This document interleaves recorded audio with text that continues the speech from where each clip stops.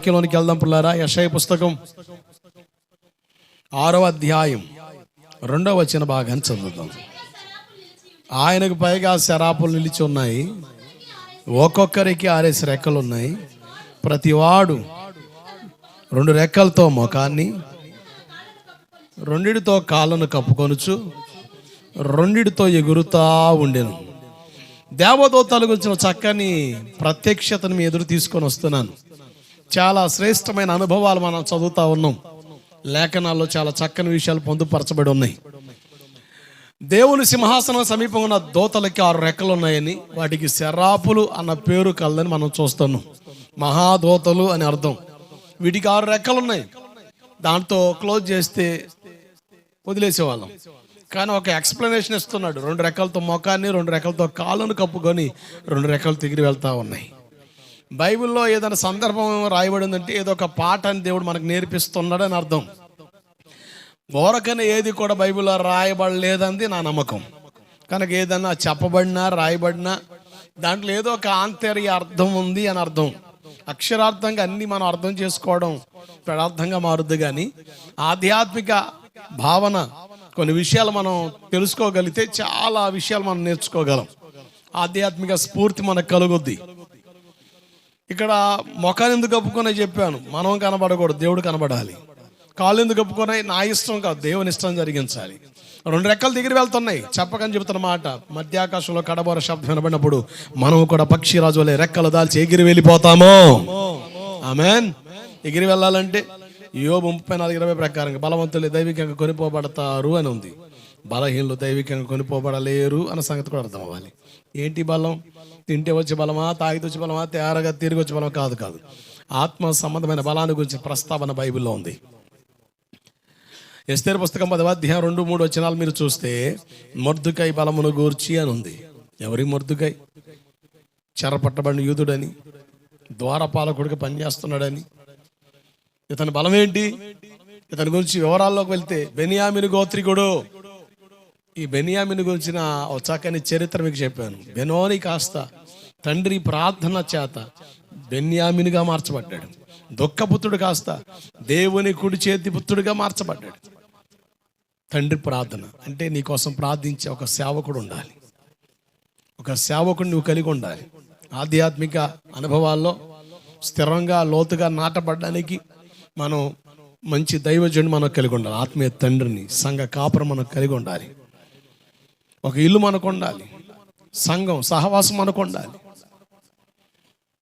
అతని బలం అది. ఎస్తేరు 2వ అధ్యాయం 21-22 వచనాల్లో ద్వారపాలకుడికి పనిచేస్తున్న ఈ మొర్దుకై నమ్మకత్వాన్ని కనపరిచాడు. రాజు ప్రాణాలు కాపాడబడ్డాయి. మొర్దుకై బలం ఏంటి? నమ్మకత్వం. బైబిల్ చెబుతుంది సామెతలు 28:20 ప్రకారంగా నమ్మకస్తునికి మెండైన దీవెనల దెబ్బల. దీవెనలు అంటే ఎవరికైనా ఆశ, దెబ్బలంటే ఎవరికైనా భయమే. మరి ఎవరికి దీవెనలు? షరత్ అక్కడ ఉంది, నమ్మకస్తునికి అని. మనకు వచ్చే ప్రశ్న ఒకటి, ఏ విషయాలు నమ్మకం ఉండాలి? పౌలు పాస్టర్ గారు, తిమోతి పాస్టర్ గారు అంటారు, అన్ని విషయాలు నమ్మకస్తులు ఉండాలి. మీకు అర్థం అవడం కొరకు 5 సంగతుల మీద తీసుకొచ్చాను. ఒక వ్యక్తి దేవుని ఎదుట నమ్మకస్తులు ఉండాలి. ఆ వ్యక్తి రక్షణ కొరకు దేవుడు సేవకుని వాడుకుంటాడు. సేవకుని ఎదురు నమ్మకస్తులు ఉండాలి.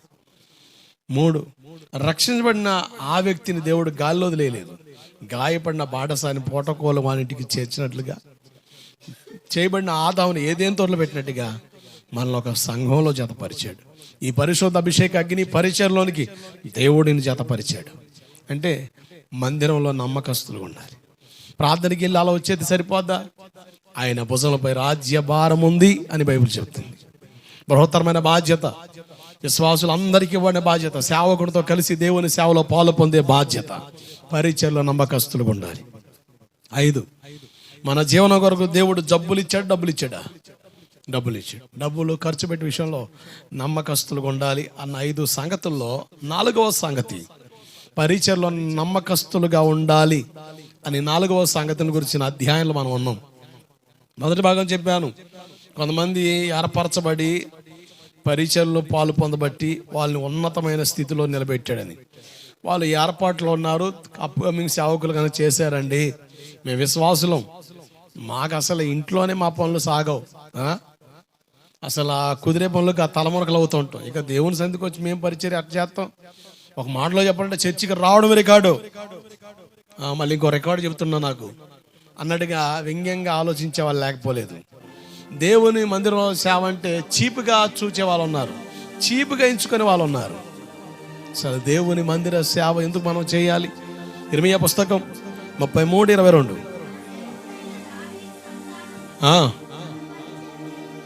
నాకు పరిచర్య చేయు లేవీయులను లెక్కింపలేనంతగా విస్తరింపజేస్తాను. అంటే తరతరాల ఆశీర్వాదం. నువ్వు సంపాదించి ఆస్తులు కూడబెట్టినా, నువ్వు సంపాదించి బ్యాంకుల్లో పెట్టినా, తర్వాత వచ్చిన తరం దాన్ని మొత్తం నాశనం చేయవచ్చామో కానీ దేవుని సన్నిధిలో నువ్వు చేసిన పరిచర్యం చూసారా, దేవుని పనిలో పాలు పొందిన ఆ పరిచర్యం చూసారా, అది దేవుడు మర్చిపోవడానికి అన్యాస్తుడు కాడు. ఆ పరిచర్య ఏం చేస్తుంది? తరతరాల ఆశీర్వాదాన్ని నీ తరానికి ఇస్తుంది. గట్టిగా చప్పలు కొడుతూ స్తోత్రం చెప్పు. హల్లెలూయా. పరిచర్య చేసే అనుభవాన్ని చాలా చులకనగా ఎంచే విశ్వాసులు లేకపోలేదు. బడాయి కోరు మోకుంటారు, బిల్డప్లు కొడతా ఉంటారు, బిత్తర మాటలు చెబుతూ ఉంటారు. నీ బిల్డప్లు బిత్తర మాటలు బయట, దేవుని ఇంట్లోకి వచ్చాక సైలెంట్గా సరెండర్ అవటం చాలా మంచిది. చాలామంది చాలా చీపుగా ఆలోచించే వాళ్ళు ఉన్నారు. పరిచర్య గొప్పతనం నీకు అర్థమైతే, పరిచర్య చేసే ఆశీర్వాదం నీకు అర్థమైతే దాన్ని ఎక్కడ కూడా తోలనాడు. నీ సంపాదనలో ఇది కూడా ఒకటిగా భావించి నువ్వు చేస్తావు. అంత అద్భుతమైన ఆశీర్వాదం దీంట్లో దాచబడింది. దీన్ని చీపుగా ఇచ్చే వాళ్ళ కొరకే లేవి గోత్రాన్ని గురించిన ప్రస్తావన బైబిల్లో చాలా అద్భుతంగా ప్రస్తావించబడింది. లేవీల గురించిన వివరాలు మీకు ఇస్తూ, ఊరిమ్ము తుమ్మిమ్ము నీ భక్తునికి కలదు అని దైవజుడైన మోషే పాస్టర్ గారు, కన్న తండ్రి ఏమో వీరు శపితమైన జనం అని చెప్పేశాడు. ఆత్మీయ తండ్రి సంఘ కాపరి దేవుడిచ్చిన ఆధిక్యతను వాడుకున్న లేవి గోత్రం గురించి అంటున్నాడు, మనోనేత్రాలు తెరబడిన జనం, దేవుని చిత్తము తెలుసుకొని ఒక బృహత్తమైన అవకాశం దేవుడికి ఇచ్చాడు. తృణీకరింపబడ్డారు, వీరి సంఘంలో ఎవరూ చేరొద్దన్నాడు. కానీ దేవుడు అంటున్నాడు, వీళ్ళు దేవుడిచ్చిన అవకాశం సద్వినియోగం చేసుకోవడం ద్వారా నిత్య కట్టడిగా తరతరాలుగా మీరు నా మందిరంలో పనిచేస్తారన్నాడు. దేవుడికి స్తోత్రం కలుగునుగాక. శపితమైన జాతి ఒక ఉన్నతమైన ఆశీర్వాదానికి ఎలా వారసత్వాన్ని పొందుకుందో చాలా అద్భుతమైన సంగతులు లేవి గోత్రంలో ప్రస్తావించబడ్డాయి. నువ్వు ఏ స్థితిలో ఉన్న ఉద్యోగస్తుడివో, లేక వ్యవసాయదారుడువో, వ్యాపారస్తుడివో, ఏ పనికెళ్ళినోడువైనా దేవుని పనిలో పాలు పొందే బాధ్యత, భాగ్యం అది ఎంత ఉన్నతమైందో అర్థమైతే దాన్ని విడిచిపెట్టవు, దాన్ని మర్చిపోవు, దాన్ని జార విడుచుకోవు అని చెప్తాను. వీళ్ళు మనోనేత్రాలు తెరబడిన జనంగా కనబడుతున్నారు. యెషయా పుస్తకం 6వ అధ్యాయం 1వ వచన భాగాన్ని మీరు చదివితే, రాజైన ఉజ్జియా మృతి పొందిన సంవత్సరం అత్యున్నత సింహాసనపై ఆసీనుడై ఉండగా నేను ప్రభువుని కనులారా చూచాను అంటున్నాడు. అంటే రాజైన ఉజ్జియా బ్రతుకున్నంత కాలం దైవ ప్రత్యక్షత లేదు అని అర్థమవుతుంది. ఎవరి ఉజ్జియా? దినవృత్తాంతాలు 2వ పుస్తకం 26వ అధ్యాయం 16లో అంటాడు, అతడు స్థిరపడిన తర్వాత మనసును గర్వించి చెడిపోయాను అని ఉంది. గర్వం చాలా ప్రమాదకరమైంది. మనోనేత్రాలు గుడ్డితనాన్ని కలిగించేది గర్వం. గర్వం నీలో ఉంటే దేవుణ్ణి నువ్వు చూడలేవు. గర్వం నీలో ఉంటే దేవుడు నీకు అర్థం కాడు. గర్వం నీలో ఉంటే దైవ సంబంధమైన సంగతులు నీకు అర్థం కావు. గర్వం చాలా ప్రమాదకరమైంది. ఎంత ప్రమాదమో చాలా విషయాల మీద తీసుకొని వచ్చాను. 5 జాతుల వారు గర్వించారన్న ప్రస్తావనలో మోయాబీల గర్వాన్ని గురించిన వివరాలు మీకు ఇచ్చాను. అధోపాతాలను తొక్కేశాడు మోయాబీల్ని. గర్విష్ఠులకి ఎవరు శత్రువు అంటే దేవుడే. నీ పక్కింటోడు కాదు, నువ్వంటే గిట్నోడు కాదు. గర్వించావా నీ శత్రువు దేవుడు అని మర్చిపోకో. నీకు ఎదురొచ్చేది ఎవరో తెలుసా? దేవుడే. Be careful. చాలా జాగ్రత్తగా బతకలసిన రోజులు ఇవి. గర్వించిన ఐగుప్తీయుల గురించిన ప్రస్తావన మీకు ఇస్తున్నాను. నిర్గమాకాండం 18:11లో ఐగుప్తులు గర్వించి అని ఉంది. వీళ్ళ గర్వం దేన్ని బట్టి అంటే ఐగుప్తు దేశాన్ని బట్టి. సుందరమైన దేశం, నేత్రానందంగా వాళ్ళకి పుట్టినిల్లు అది. కాస్త నేత్రానందాన్ని పొందాలంటే ఐగుప్తుకి వెళ్తే చాలా రోజుల్లో సుఖవంతమైన విలాసవంతమైన జీవితానికి పుట్టినిల్లు, కేర్ ఆఫ్ అడ్రస్ ఐగుప్తు. ఈ ఐగుప్తుని గురించిన ప్రస్తావనలో హెబ్రీ 11:26 అంటాడు, అల్పకాల పాప భోగాలు విడిచి మోషే దేవుని కొరకు బ్రతికాడు. ఆమెన్. మనం ఉన్న మన ప్రాంతాల్లో, పల్లెటూరులో అయినా అవ్వచ్చు, అడవి ప్రాంతాల్లో అవ్వచ్చు, అల్పకాల పాప భోగాలు మనల్ని ప్రేరేపిస్తాయి, మనల్ని ఆకర్షిస్తాయి. తాత్కాలిక ఆనందాల కోసం పరుగులు తీస్తున్న మనిషి ఆ పరుగులు తీసి ఆస్తుల్ని పోగొట్టుకుంటున్నాడు, ఆరోగ్యాన్ని పోగొట్టుకుంటున్నాడు, చివరికి ప్రాణాన్ని పోగొట్టుకుంటున్నాడు. మరణ పడకలో తన్నుకులాడుతున్న పరిధిలోకి వెళ్ళిపోతున్నాడు. అప్పుడు ఏడిస్తే ఉపయోగం ఉండదు. అయ్యో, మా పాస్టర్ గారి మాట నేను ఎలా వినలేకపోయాను, నా మేలు కోరి చెప్పిన వాళ్ళ మాట నేను వినలేకపోయానే.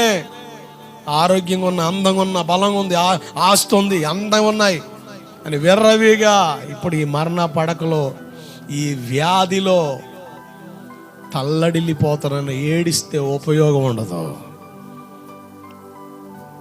నష్టపోయేది నువ్వే. అల్పకాల పాప భోగం, పాపను గురించిన ప్రకటన బైబిల్లో ఏముందో మీతో చెప్పాను. ఐగుప్తులో 2 రకాల నష్టాలు ఉన్నాయి. పాపంలో పడ్డోళ్ళకి కలిగే నష్టాలు ఇవే. 1, అవమానం, విలువ పోద్ది.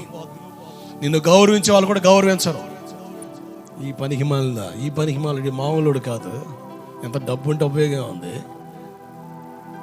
ఈరోజు ఒక ఆస్తి డబ్బులు వస్తే చాలు జలసారాయిలు అయిపోతున్నాం, పిఠాపురం పిల్లజీముందరలు అయిపోతున్నాం. 2, పోగొట్ట జాలని రోగాలు. ఈరోజు మనిషి ఎదుర్కొన్న పరిస్థితులు ఇవే. పోగొట్ట జాలని రోగాలు, అంతు చిక్కని వ్యాధులతో బాధపడుతున్నారు ఈరోజు మనిషి. చాలా బాధాకరం. విచారం ఏంటంటే, దేవుని దగ్గరికి వచ్చి దేవుడు స్వస్థపరిచి రక్షించి నీకు జీవితాన్ని ఇస్తే మరలా పందిలాగా బురదలో దొరులుతున్నావు. కడగబండి పంది,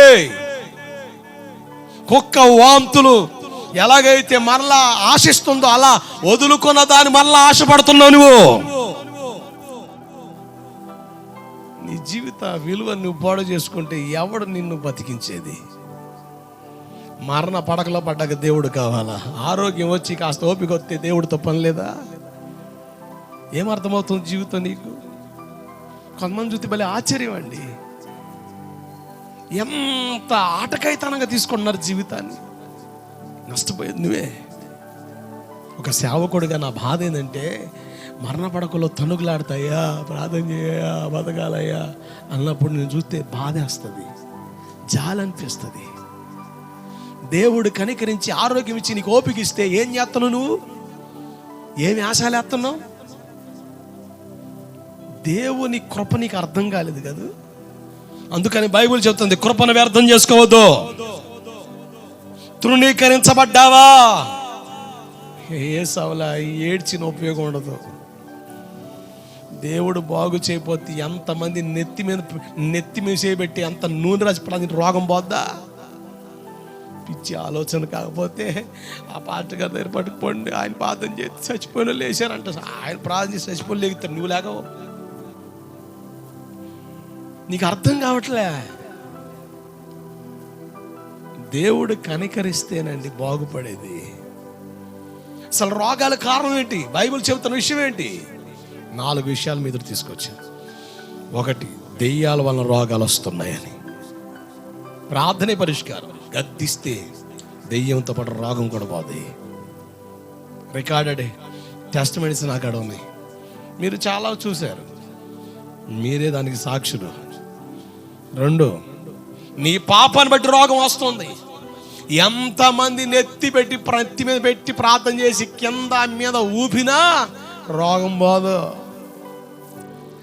నూనె పోసి ప్రార్థించినా రోగం పోదు. నువ్వు బాడీ కట్టించుకొని అటుపోయి ఇటుపోయి తిప్పలు పడ్డా ఉపయోగమే లేదు. నువ్వు చేయాల్సిన పని ఒకటే, నీ పాపను ఒప్పుకో దేవుని కాడ. స్ట్రేట్ ఫార్వర్డ్ జవాబు ఒకటే, నీ పాపాన్ని ఒప్పుకో దేవుని కాడు. దేవుడు కనికరించాడా, బ్రతికి పట్టకడతావు.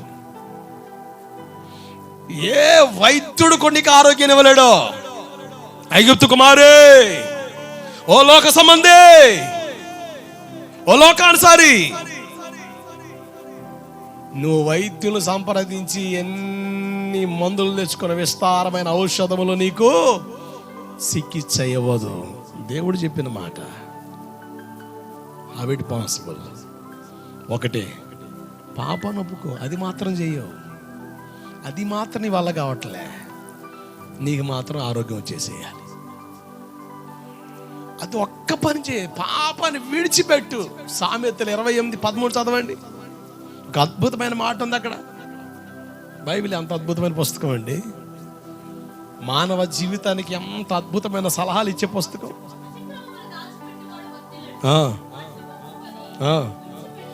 అతిక్రమాలు దాచిపెడితే వర్ధిల్లో, నీకు దద్దరిల్లుద్ది.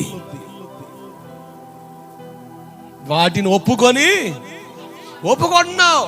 ఆదివారం రాగానే పాపినయ్యా, ఆయా పాపినయ్యా, పెద్ద పాపినయ్యా. ఏంటి పెద్ద పాపివా? చిన్న పాపి, పెద్ద పాపి ఆడేడిచింది. అయ్యో పాపినయ్య, మంచిదే. ఏ పాపం చేసావు చెప్పవు, ఒక్క మాటతో తెలిసేస్తావు. పాపినయ్యా, నువ్వు హాస్పిటల్కి వెళ్ళావు, జ్వరం వచ్చింది పో అన్నాడు. ఏ జ్వరం అయ్యా? అది డెంగ్యూ, మలేరియా, టైఫాయిడా, లేక ఏదో చెప్పు, నీకు సామె దండం పెడతా.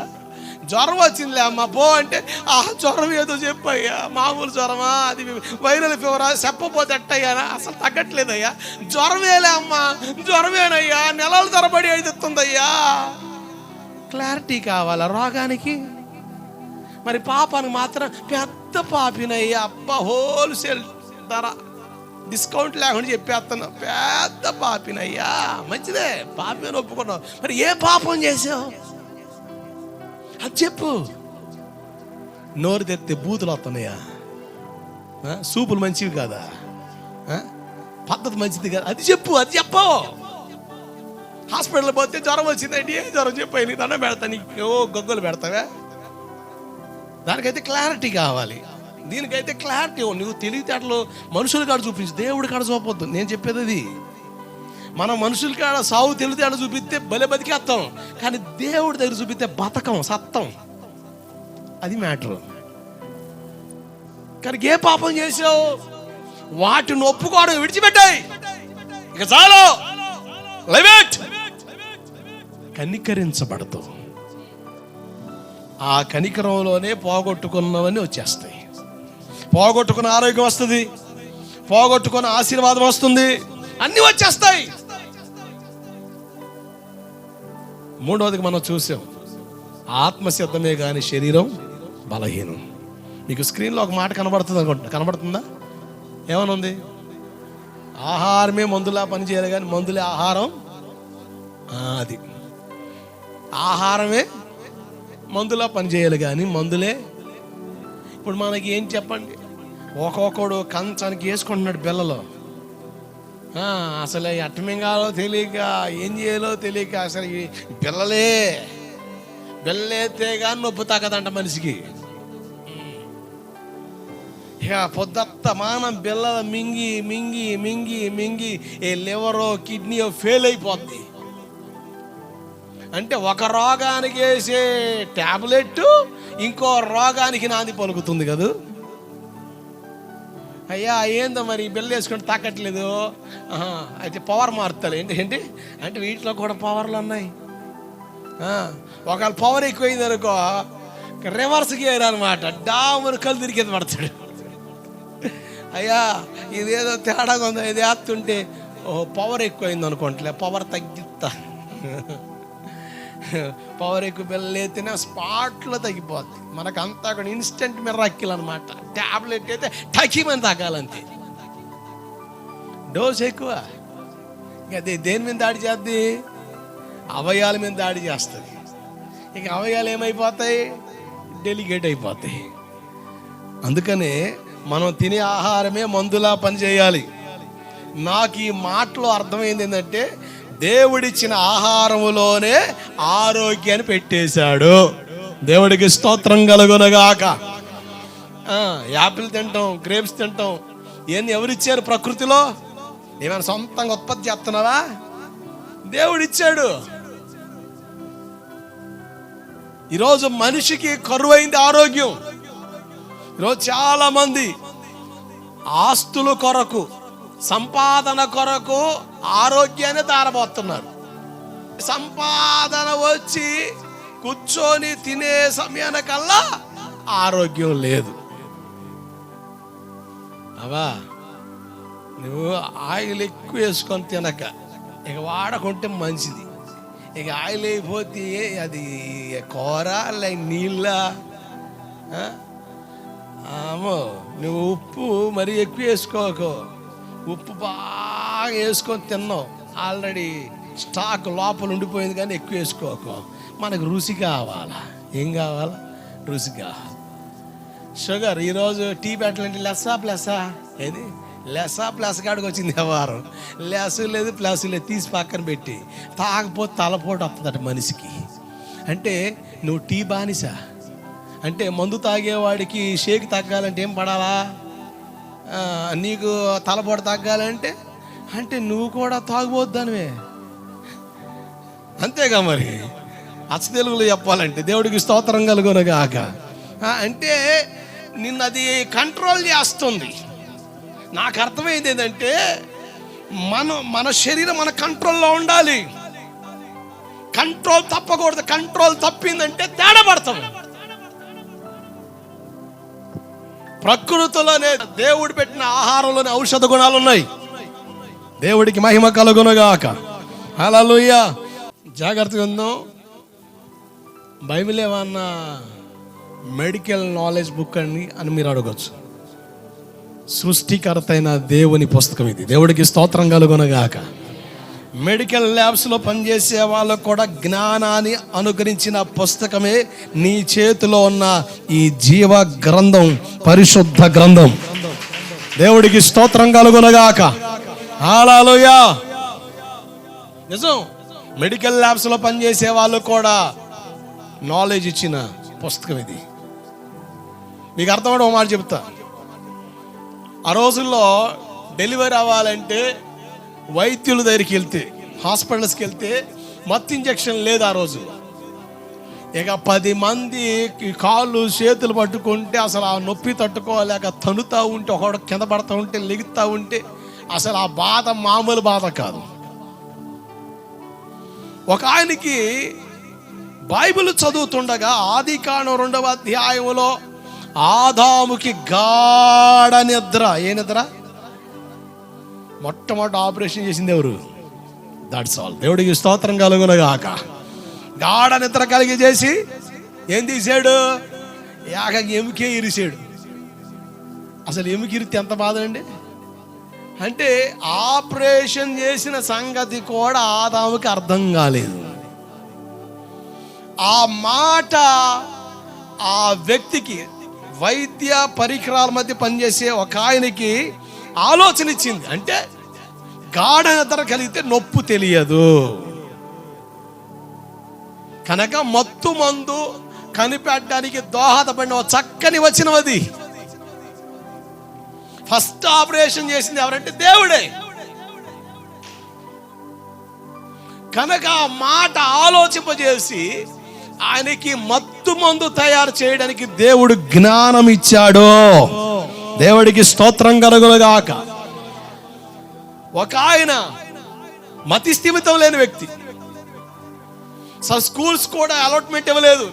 మీ పిల్లడు మా స్కూల్కి వద్దు, పిల్లల్ని కొడుతున్నాడు, పిచ్చోడు, మెంటల్ హాస్పిటల్లో జాయిన్ చేయి, లేకపోతే వీళ్ళకి సంబంధించిన స్కూలే ఉంటే అక్కడ పడే, కానీ మా స్కూల్కి అయితే పంపొద్దు, నీకు దండం పెడతా, ఒకవేళ నీకు డబ్బులు లేకపోతే చెప్పి మేము ఇస్తాం అని ప్రిన్సిపల్గా లెటర్ రాసి పంపిస్తే, ఈ అమ్మాయికి చక్రవర్తి తీసుకెళ్ళి వాళ్ళ మమ్మీకి ఇస్తే, వాళ్ళ అమ్మ చదివి ఏడుస్తూ ఉంటే, ఎందుకు ఏడుస్తున్నావు అమ్మ అని ఈ తిక్కలాయని అడిగితే, అమ్మ అంటది, అరే నీకున్న తెలివితేటలకి ఆ స్కూల్లో వాళ్ళు నీకు చదువు చెప్పలేకపోతున్నారంటరా, అంత తెలివిగలవాడు వాటి నువ్వు అని. రోజు తల్లి బాధ్యత తీసుకొని పిల్లగాడికి దేవుని వాక్యం చదవడానికి కావలసిన అక్షర జ్ఞానాన్ని నేర్పింది. ఆ పిల్లోడు మందిరం దగ్గర ఉంటే ఆ దగ్గరికి మందిరంకి వెళ్ళి ప్రార్థన చేసుకోవడం, పరిచయం చేయడం, వాక్యం చదవడం. ఇతను అలా చదువుతున్న యోబు గ్రంథంలో మనుషులు చీకటికి అంతం కలిగిస్తారు అన్న మాట అతను ఆలోచింపజేసింది. ఒక తిక్కలోడు, పిచ్చోడు, సొసైటీలో మెంటలీగా అప్సెట్ అయ్యాడు అని సర్టిఫికేట్ తీసుకున్న ఆ వ్యక్తి వాక్యం చదువు మనుషులు చీకటికి అంతం కలిగిస్తారన్న మాట తన హృదయాన్ని పట్టుకుంది. చదవండి ఒకసారి ఆ మాట. యోబు పుస్తకం 28:3. ఆ మాట ఆలోచింపజేసింది. అంతే, చీకటిని ప్రాలదోలే బల్బు కనుక్కున్నాడు. దేవుడికి స్తోత్రం కలుగునుగాక. థామస్ అలవా ఫలవా? అలవా ఎడిసిన్, మెడిసిన్ కాదమ్మా, ఎడిసిన్. థామస్ అలవా ఎడిసిన్ ఓ తిక్కలోడు సార్. ప్రపంచ మీడియా మొత్తం ఆయనకి నిలబడింది. ఇది ఎలా పాసిబుల్? ఆయన అంటాడు, బైబిల్ దేవుడు నన్ను వెలిగించాడు కనుక నేను లోకాన్ని వెలిగించాను. దేవుడికి స్తోత్రం. అంత జ్ఞాన పుస్తకం, అందుకని ఇది మహాజ్ఞాన గ్రంథం. దేవుని వాక్యం మనకు అర్థమైతే చాలా సమస్యలకి సొల్యూషన్స్ దొరుకుతాయి. హెల్త్ టిప్స్ కూడా బైబిల్లో ఉన్నాయి. ఆరోగ్య విషయాల గురించి చాలా చక్కని విషయాలు బైబిల్లో చెప్పబడ్డాయి. ఈరోజు ఆరోగ్యాన్ని పాడు చేసుకోవడం మనిషి. 4 విషయాలు ఆరోగ్యం కావాలి. ఆరోగ్యం నెంబర్ 1, శారీరక ఆరోగ్యం కావాలి. శారీరక ఆరోగ్యం కావాలి. 2, మానసిక ఆరోగ్యం. మానసిక ఆరోగ్యం. శారీరక ఆరోగ్యం కోసం డాక్టర్స్ చెబుతున్న చిట్కాల్లో ఒకటి ఎక్సర్సైజ్. 1 తిమోతి 4:8 చదవండి. 1 తిమోతి పుస్తకం 4వ అధ్యాయం 8వ వచనం.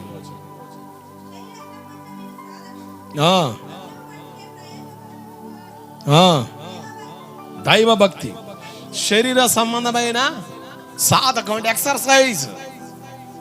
శరీర సంబంధమైన సాధకం కొంచెం మట్టుకే ప్రయోజనం అంటే ఎక్సర్సైజ్, వ్యాయామం. కొంచెం శరీరం కదలాలి.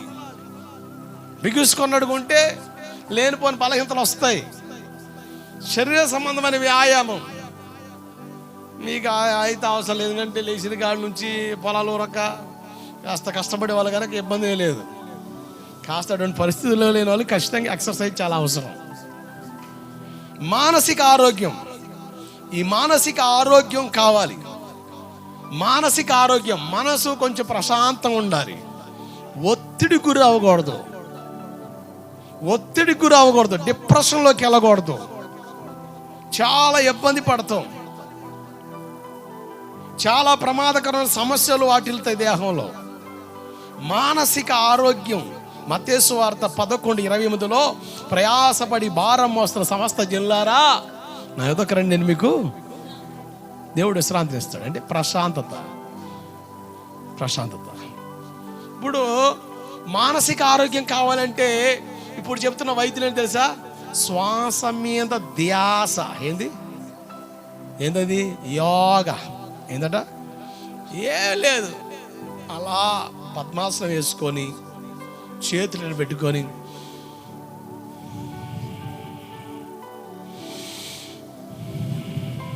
శ్వాస మీద, నిజంగా శ్వాస మీద ధ్యాస పెడితే నీకు ఒక ఆయన పరిచయం అవుతాడు. ఎవరు చెప్పనా?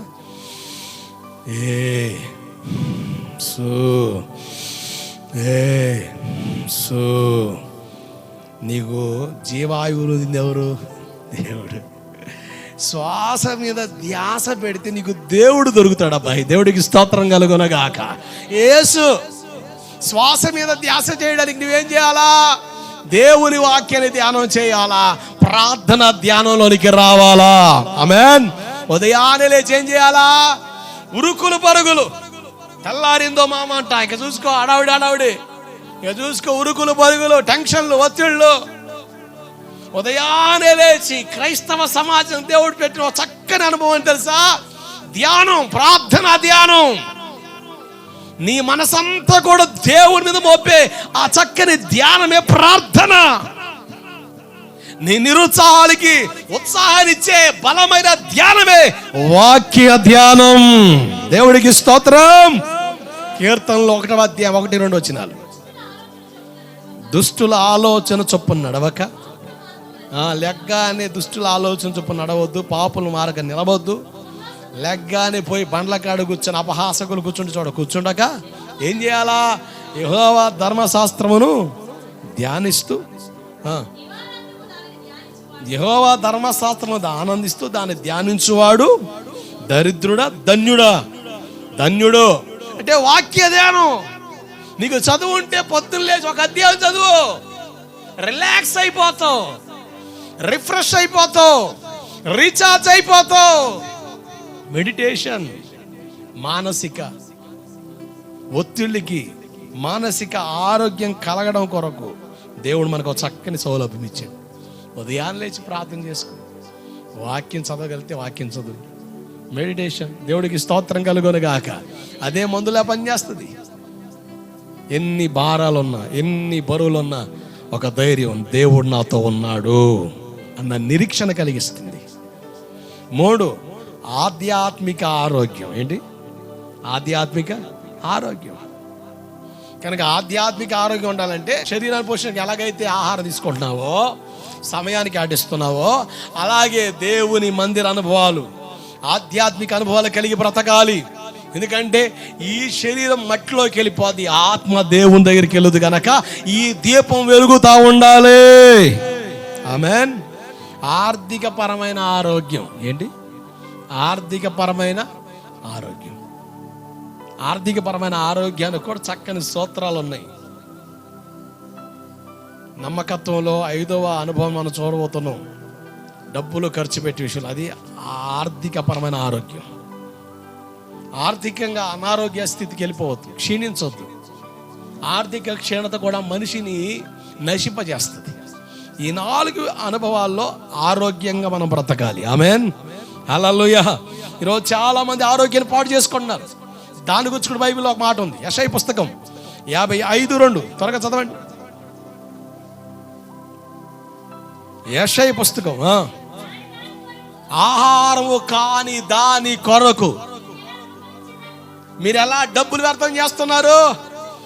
ఆహారము కానిది. ఇప్పుడు లెగ్గానే మనడికి ఇక షేక్ వస్తుంటుంది. ఇక 200, 300 అసలు లేకపోతే దొంగసాటికి ఆడవాళ్ళు ఎక్కడొకసారి తలిచిపెట్టి దాన్ని మెల్లిగా లాక్కొని పోయి వేసుకొని వస్తాడు. మెడికల్ షాప్కి వెళ్తానంటే ఫీలింగ్ ఎత్తాడు వీడు. అది మెడికల్ షాప్ కాదు, అది విష పురుగుల మందుతో సమానం. అది ఇప్పుడు ఆహారం కానిది. ఇప్పుడు బాగా తాగితే ఏమవుద్ది? లివర్లు పాడవుతాయి, గుండె పాడవుద్ది, పేగులు పాడవుతాయి. ఇప్పుడు ఆహారం కాని దానికోసం నీ డబ్బులు ఎందుకు వ్యర్థం చేస్తున్నావు బాయ్? కడుపు నిండా అన్నం తిను. కొంతమంది అదేదో పెద్ద ఆరోగ్య సూత్రం లాగా హడావిడిగా పోయి ప్యాకెట్ చింపి పోసి టపాని కొట్టి అని ఊది మొత్తాన్ని మర్యాదగా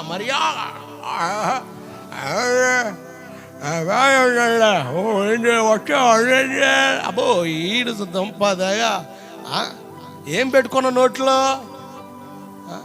కొంతమందికి అదే జబ్బు. బర్రెని చూడండి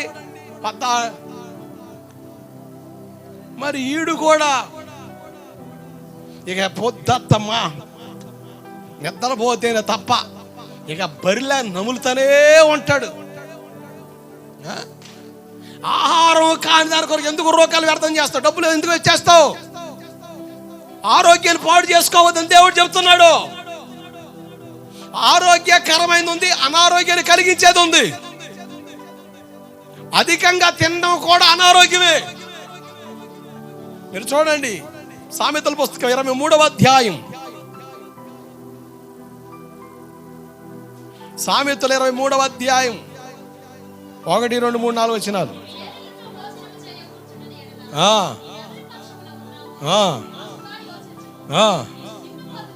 నీవు తిండి బోతువైన ఎడల, అధికంగా తినే ఆహారం అయితే సోలెడు పువ్వ నీకెందుకు రయ్యా? 4 తినే పువ్వు ఒకేసారి అత్తుంటివి. ఇప్పుడు మిక్సీకి లోడ్ ఎక్కువ అయితే ఏమవుద్ది కర్ర. కనుక మన ఆడవాళ్ళు తెలుగు ఏం చేస్తారు, కొంచెం నీళ్ళు సొక్కపోయి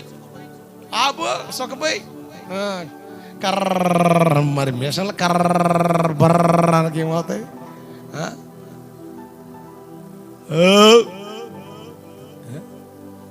మ్యూజిక్లు చేస్తున్నా. ఆరోగ్యాన్ని పాడు చేసుకోవడమే ఎలా పాలు ఏమంటే తినడం. పాదనికి ఏమో డైలాగ్ ఎలా పాలు ఏమంటే పాదనేంది అని.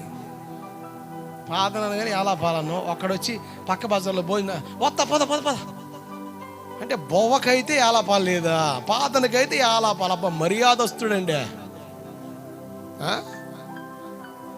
అసలు తెలివి ఉంది అసలు.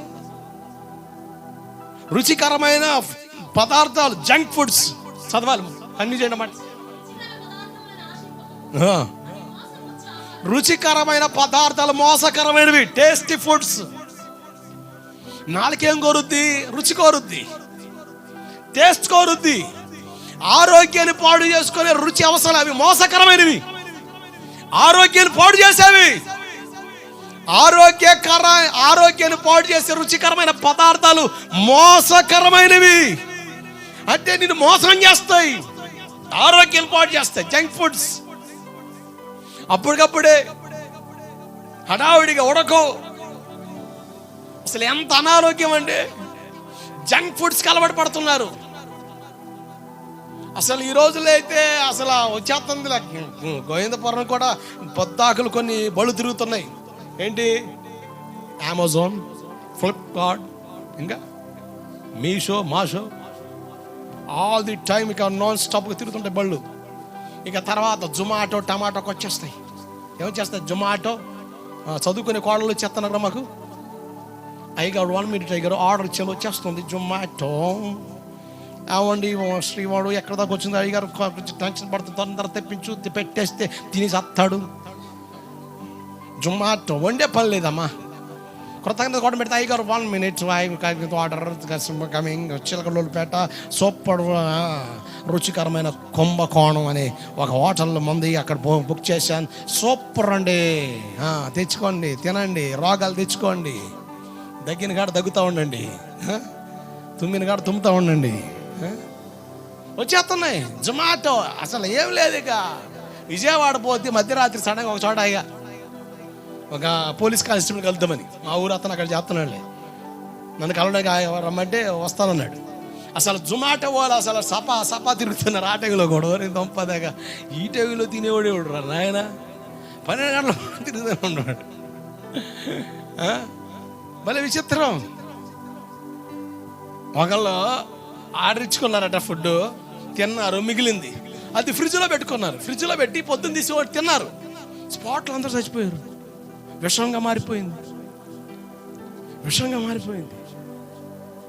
తినే వాళ్ళు ఎక్కువైపోయారండి, పని చేసే వాళ్ళు తక్కువైపోయారు. అందుకని అడ్డం పడి ఇక చూసుకో, చేతులతో కాళ్ళ కింద తోకండి.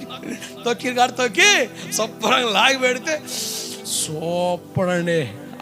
అసలు ఎంత టేస్ట్ ఉందండి. ఆ మొత్తదే మురిక్కాలతో తొక్కింది కదా, మరి రుచిగా ఉంటుంది. పెద్దలు అంటారు కదా, పొరిగింటి పుల్లకూర రుచి అంట. ఇంట్లో వండిన సారు నచ్చదండి, పక్కింటి పుల్లకూర సూపర్గా ఉంటుంది. అది 7 సారు కానీ ఏ సారు అని.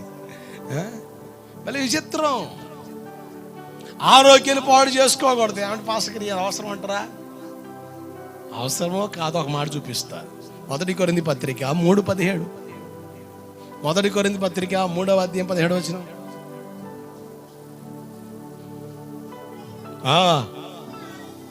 దేవుని ఆలయాన్ని పాడు చేస్తే అది అంటే అర్థం ఏంటి? దేవుడు పాడు చేస్తున్నావు, నువ్వు వదిలేస్తానికి అంతే. ఇది దేవుని ఆలయం. ఈ శరీరం ఎవరిది? దేవుని ఆలయం. దీన్ని పాడు చేసావనుకో దేవుడు ఊరుకోడు.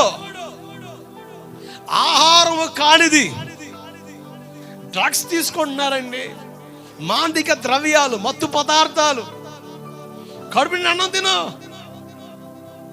లేనిపోని పనికి మన అలవాట్లకు అలవాటు పడి ఆరోగ్యాన్ని పాడు చేసుకుంటున్నావు.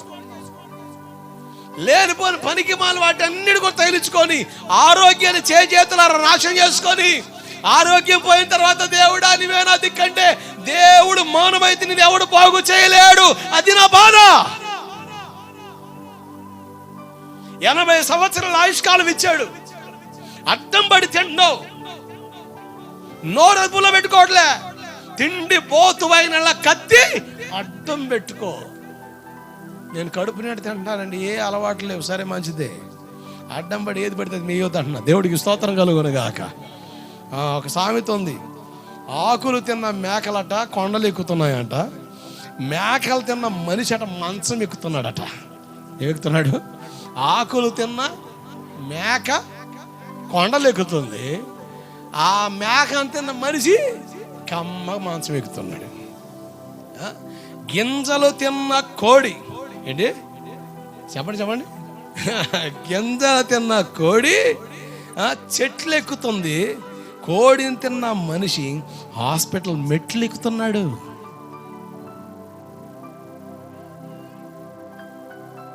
అసలు గల్లీకి హాస్పిటల్స్ అండి. కరోనా తర్వాత అసలు నర్సరాపేటలో బీభత్సమైన హాస్పిటల్స్ అంతే. గల్లీకి అసలు హాస్పిటల్కి వెళ్ళిన రద్దీ, ఫుల్ బిజీ. అసలు ఈ హాస్పిటల్ ఖాళీగా ఉందని చెప్పడానికి లేదండి.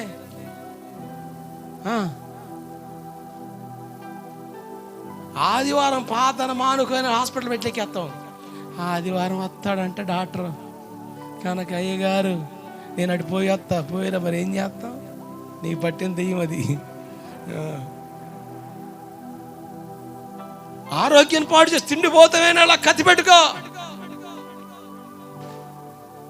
ఒకవేళ ఆహారం కానిది పనికి మాలమని తిని రోగాన్ని తెచ్చుకొని ఇబ్బంది పడొద్దు.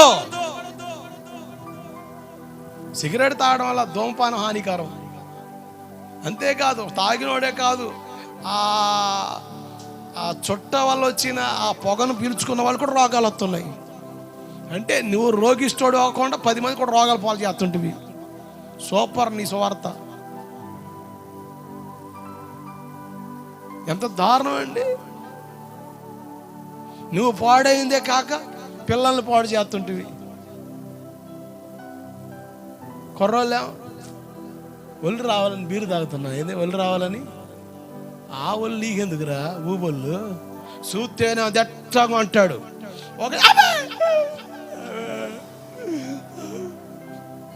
అరే దొన్నలాగా ఉన్నావారా అంటే ఇక్కడ ఉంది మొత్తం డొల్ల, కనపడడానికి డోలు మొత్తం డొల్లే. ఈ పనికి మాలని రోగిస్తూ వాళ్ళు నీకెందుకురా అయ్యా. ఈరోజు చాలా మంది ఆరోగ్యాలు పాడు చేసుకుంటున్నారు. లేగితే ప్రసాద్ కాడికి వెళ్ళిపోతున్నారండి. ఏ ప్రసాద్? మళ్ళీ ఎవరు ఆ పిల్లోడు అనుకున్నారు. ప్రసాదు అంటే యూత్ యంగ్స్టర్స్ వినాలి, బయట ఉన్నోళ్ళు. ప్రభుత్వ సారా దుకాణం ప్రసాదు. వాడికాడ నీకేం పనిరా? టైన్ పోతేను పైపెచ్చి ఇప్పుడు అనారోగ్య ప్లాస్టిక్ గుడ్లు వచ్చేసింది. ప్లాస్టిక్ గుడ్లు, ఏం గుడ్లు? ప్లాస్టిక్ రైస్ వచ్చేసిందండో. కనుక జాగ్రత్త, నీళ్ళలో పెట్టి కొంచెం నానబెట్టండి. పైకి లెగిస్తాయి మర్యాదగా, ఘనంగా లెగిస్తాయి. మర్యాద తీసి పక్కన వేసేయండి. అవి కూడా వండుకొని తిన్నామనుకో అరగదు, సత్తవు. ప్లాస్టిక్ రైస్ వచ్చేసిందండి. ప్లాస్టిక్ రైస్, ప్లాస్టిక్ గుడ్డు లాగానే ఉంటుంది. ప్లాస్టిక్ కాలీఫ్లవర్ తయారు చేస్తున్నాం. సీజనల్ వెజిటబుల్స్ అండి అవి ఆ సీజన్కి దొరుకుతాయి. కానీ 365 రోజులు నీకు దొరుకుతున్నాయంటే అర్థం అవ్వాలి తేడా జరుగుతుందని. కొబ్బరి బొండాలు ఖచ్చితంగా వేసవకాలం ఫుల్గా దొరుకుతాయి. ఇప్పుడు బాగా బళ్ళు మీద తిరగడం, నిద్రలు కాయడం, టయాన్ని నిద్రపోవడం బాగా ఏడు చేసి ఒకడు బొండాలు కావాల్సి వస్తున్నాయి. ఐస్ క్రీమ్ ఎప్పుడు తినేవాళ్ళు? ప్యాస కలిపి ఒక వర్షం పడతా ఉంటే తడుస్తా తింటాడు మా వాడు. అదొక్క ఒక్క ఫీల్ అంట, అబ్బా వస్తుందిరా రోగం, అప్పుడు అది కూడా అదొక ఫీల్లో ఉంటుంది. అంటే విచిత్రమైన వాటికి నాంది పలుకుతున్నాడు. తడుస్తా ఐస్ క్రీమ్ తిండమా? అసలు అది జలుబు చేసే పదార్థమే, మరి తొడితేనే జలుబే. మొత్తానికి గుండె పట్టేసి బిగుసిపోతే, ఐస్ గడ్డ అయిపోతే, అందకపోతే ఎందుకు ఈ బాధలు? ఎంత దారుణం అండి. యాపిల్ అండి ఆరోగ్యకరం, అసలు అది ఎర్రగా కమ్మ కనబడితే అసలు ఆ కొన్ని పళ్ళు చూస్తే కొనలు పెడతాయి, వాటికి మొత్తం రంగు పూసేస్తున్నాడు, కలర్ కొట్టేస్తున్నాడు. ఇంత దారుణం. అవి అట్టగే తినేస్తున్నాం. అయ్యో లోపల పోయి కరగట్లే, అరగట్లే, అవి డస్ట్కి ఏర్పడిపోతున్నాయి. ప్రేగుల్లోనికి రకరకాల రోగాలకి నాది పలుకుతున్నాయి. ఎంత బాధాకరమైన పరిస్థితులండి. బైబిల్లో చాలా స్పష్టంగా రాయబడ్డాయి. ఎందుకంటే ఈ దేహము దేవుని ఆలయం. దేవుడికి స్తోత్రం కలుగునగాక. ఈ ఆలయానికి 80 సంవత్సరాల ఆయుష్కాలం ఇస్తే 80 సంవత్సరాలు నిండు నూరేళ్ళనడుగా బ్రతికి దేవుని చేరుకుంటే దేవుడు సంతోషిస్తాడు. 80 సంవత్సరాల వయసులోనే, ఆ వయసు రాకమునిపై 50 సంవత్సరాలకు 60 సంవత్సరాలకు బగిడి తన్నేస్తే ఎన్ని సంవత్సరాల ఆయుష్కాలం వృధా అయిపోతుంది. ఆరోగ్యపరమైన సమస్యలకు కారణం మనం తీసుకునే ఆహారం. జంక్ ఫుడ్స్ వచ్చేసినాయి, కెమికల్స్ అండి. ఈరోజు మనం, ఆ రోజుల్లో అన్నం తింటే ఆరోగ్యం అరుగుదల, ఇప్పుడు ఎందుకు ఆరోగ్యం రావట్లేదంటే మొత్తం కెమికల్సే. వ్యవసాయం చేస్తున్నాగా, ఎన్ని కొడితే పంట చేతికి రావట్లేదు. దానివల్ల నాకు అర్థమైంది ఏంటంటే, అన్నం తినడం వల్ల పొట్ట వస్తుంది కానీ పవర్ రావట్లే, అనారోగ్యమే. ఇప్పుడు మళ్ళా పూర్వకాలపు అలవాట్లోనికి వెళ్తున్నాడు. కొండ బిర్యానీ అట, కొండలో వండుకుంటున్నాడు. ఆ రోజు లేదు, దేంట్లో వండుకునే వాళ్ళు? మట్టి కొండలండి. ఇప్పుడు మట్టి కొండలు ఏడున్నాయి?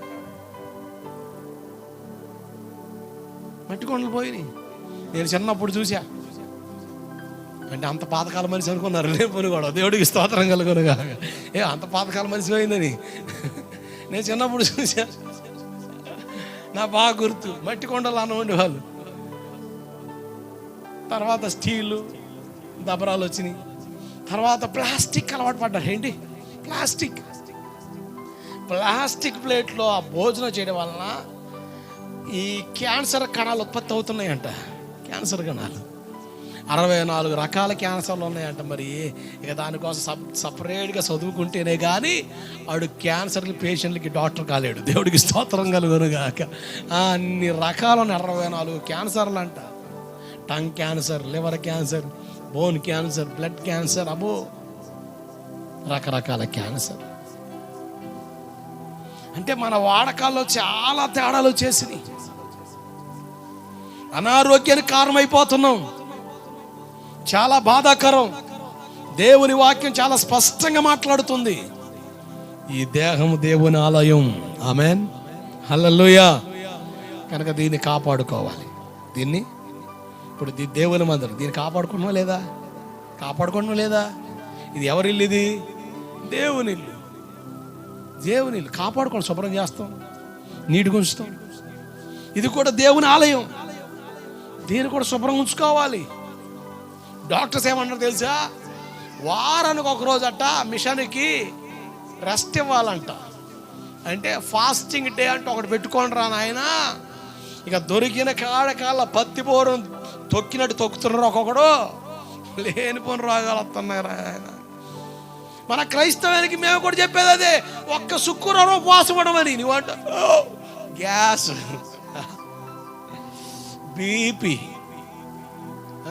ఓకే, నీ ఇంట్లో శుభ కార్యక్రమం, అయ్యా సెవెంట్లు కక్కుతా పిలిచావా, ఇంటికి తిరిగి వచ్చావా, తిను. తింటాలే, మనం తింటా కూర్చుంటే మళ్ళీ ఈ పనులను ఎవరు చేస్తారు? ఆడ no gas, no sugar, no BP. ఉపవాస ప్రార్థన అనగానే అన్ని రోగాలు చిట్ట బయట తెస్తావు. నీ విశ్వాసం గొప్పది. మరి పొలం పనికి వెళ్తావు, నీ సొంత పొలం ఊడుపు నాటు, కొంచెం లేట్ అవుతావదా, టయానికి తింటావా? అంత గవర్నమెంట్ జాబ్ వాళ్ళు నువ్వు టయాన్ని బెల్లగొట్టి పంపడానికి.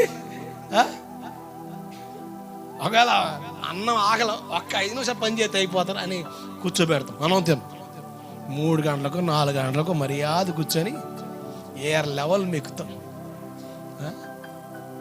ఉపవాస ప్రార్థన అంటే అయ్యగారు నీరసం తణుకు వస్తుంది మీటర్ లెక్కలు. మరి అప్పుడు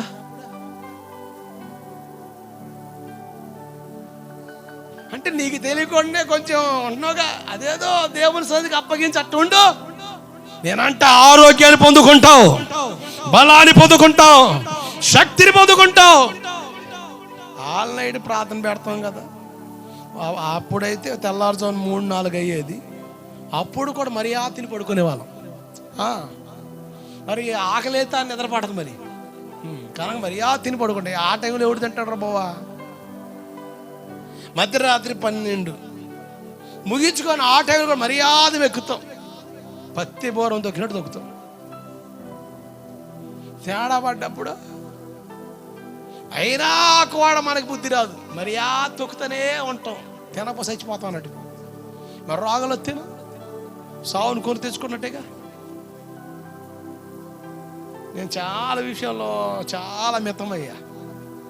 ఇప్పుడు చాలా తేలిగ్గా ఉంది. ఇప్పుడు అందం ముఖ్యం, ఆరోగ్యం ముఖ్యమా? అందం ముఖ్యం, ఆరోగ్యం ముఖ్యమా?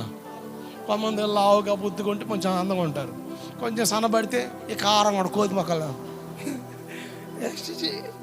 తిను. ఇప్పుడు అందం ముఖ్యమా, ఆరోగ్యం ముఖ్యమా? కావండి, అందం ముఖ్యమా, ఆరోగ్యం ముఖ్యమా? నాకు అందమే కావాలంటే కొద్ది పోదు. నీ అందం చీడ పురుగులు తింటాయి మట్టిలో దూరిన తర్వాత కమ్మగా. పోషించాగా ఇది రాసి అది రాసి ఇది తిని కమ్మగా ఉంటావు, రుచిగా ఉంటావు. శవాలు తినే పురుగులు ఉంటాయి, వాటి భలే రుచి ఉంటావు, భలే టేస్ట్గా ఉంటావు. నేనంట అందం కంటే ఆరోగ్యం ముఖ్యం. ఆరోగ్యం ఉంటే 6 రోజులు బతుకుతాం, అందం ఉంటే అరగంటలో సత్తాం. అంత అర్థం చేయలేదు. దేవుడికి స్తోత్రం కలుగునుగాక. ఆరోగ్యం ఉంటే 6 రోజులు, అందం ఉంటే అరగంట. ఇంకంతే వాడిపోతాం. వాడిపోదువో నీవు, ఇక నీకే ఈ పాట అంకితం, నువ్వే రాసుకో సొంతంగా కొన్ని మాటలు. దేవుడికి స్తోత్రం కలుగునుగాక. జాగ్రత్త. ఆరోగ్యాన్ని కాపాడుకోవడం కొన్ని సూక్తులు దేవుడు చెప్పాడు. ఒక మాట చూద్దాం. సామెతల పుస్తకం 17:22. సామెతలు 17:22. సంతోషం గల మనసు, సంతోషకరమైన మనసు మానసిక రోగాలకి కారణం. అంటే మనిషి ఏమో బయటికి, బైబిల్ ఒక మాట ఉంది, బయటికి నవ్వుతానే కనబడతామట, కానీ లోపల తీరం దుఃఖం దాగుంటుందట. విచారం, ఐహిక విచారాలు, ఏమి తిందుమా, ఏమి తాగుదుమా, నల్ల కవర్ ఎట్లా తెచ్చుకుందుమా అన్న బాధలు తప్ప ఏముంటాయి మనసుకి ఆదివారం వస్తే? అంతే కదా. ఇంతకు మించిన ఆందోళన ఏడాడి చేసిందండి. ఏడన్నా కూడా నల్ల కవర్ మీదే మనసు ఉంటుంది కొంతమందికి. ఈ తలకి మనుషుడు తెచ్చాడు, లేదు డబ్బులు లేవు అన్నాడు, నీరసం వస్తుంది, ఎలాగా అనే దంపుడు. నీ ఈ దరిద్రపు ఆలోచనలు నిన్ను ఎవడు బాగు చేస్తాడు? దేవుడు కూడా దండం పెడతాడు నీకు. మరి నేనేం పెట్టాలి? పెండం పెట్టాలి నీకు. ఇంక మించింది చేసేది ఏముంది? జ్ఞానం కలిగి నడవాలొద్దా? సంతోషకరమైన మనసు ఆరోగ్యం. చదవాలి. నలిగిన మనసు ఎముకలు ఎండ చేస్తుంది, ఎముకల్లో బలం పోద్ది. నలిగిన మనసట ఎముకల్ని ఎండ చేస్తుంది. అందుకనే పడగానే టహిగా నిరుగుతాయి కాళ్ళు. చిన్న పెద్ద తేడా లేదు, కాళ్ళు ఎరగడానికి అని పాడాలి పాట. అరే ఇప్పుడు నిరుగుతాయి. చైనాలో ఒక పిల్ల టిఫిన్ చేస్తుంది, దగ్గిందట. మరి అసలు మర్చిపోలేని సంగతి అండి. దగ్గితే ఈ పక్క టెంపుకలు ఇరిగినాయట. దగ్గితే ఇరిగినాయి అంటే దగ్గితే మర్యాద ఎముకలు అలా ఇరిగి పక్కన పడ్డాయట. ఎంత దారుణం అండి. సంతోషకరమైన మనసు. ఈరోజు సంతోషాన్ని పొందుకోవాలని, ఆనందాన్ని పొందుకోవాలని కొంతమంది ఏమో ఇంటికాడుంటే సైతాను కావాలండి, ఆడోళ్ళ రక్కాసుదండి, అసలు సంపేద్దండి. అందుకని మెడికల్ షాప్కి మర్యాద బయలుదేరండి. Walkable distance. హలో ప్రసాద్,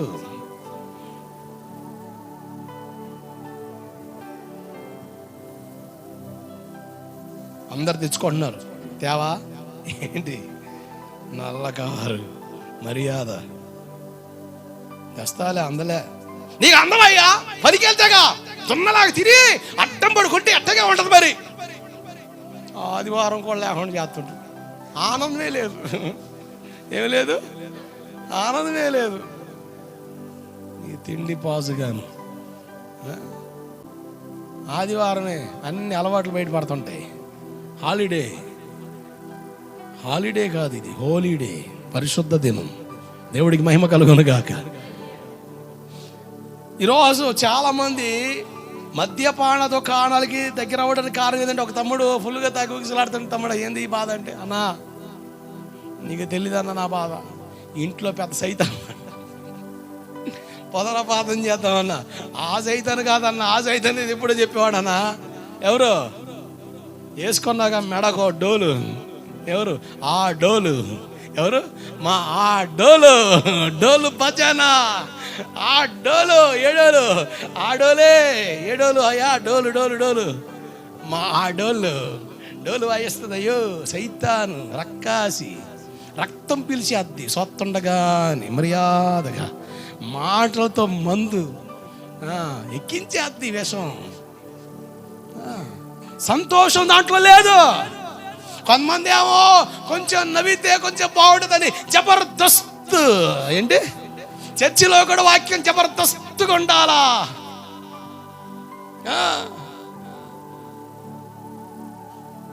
ఎంత దారుణం.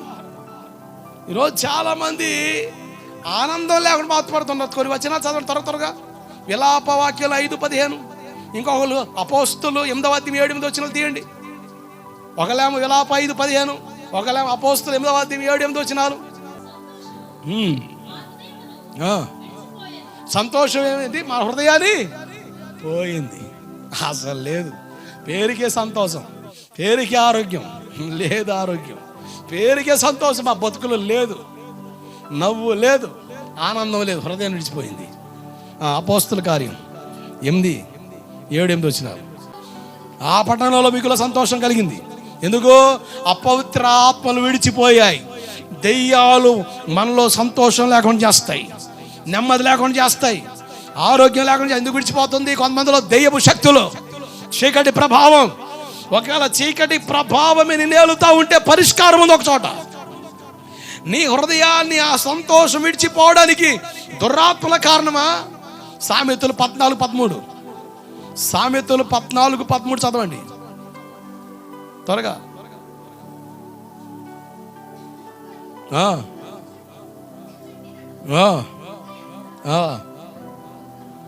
బయట నవ్వుతా ఉన్నా తీరని దుఃఖం, బాధ, దుఃఖం నిన్ను ఏలుతా ఉందా? మానసికంగా నలిగిపోతున్నావా? అందుకని నీ హృదయాన్ని విడిచి ఆ సంతోషం వెళ్ళిపోయిందా? సామెతలు 17:21. తెలివి తక్కువ కుమారుడట తండ్రికి సంతోషం లేకుండా చేస్తాడ. చదవమా. అరే బుద్ధి లేనుడా, తెలివి తక్కువడా తండ్రికి పిల్లల్ని బట్టి సంతోషం లేదా? పుట్టారయ్యా, ఉపయోగం లేకుండా చేస్తున్నారయ్యా జీవితాల్ని, సంతోషం లేదు. ప్రసంగి 3:12.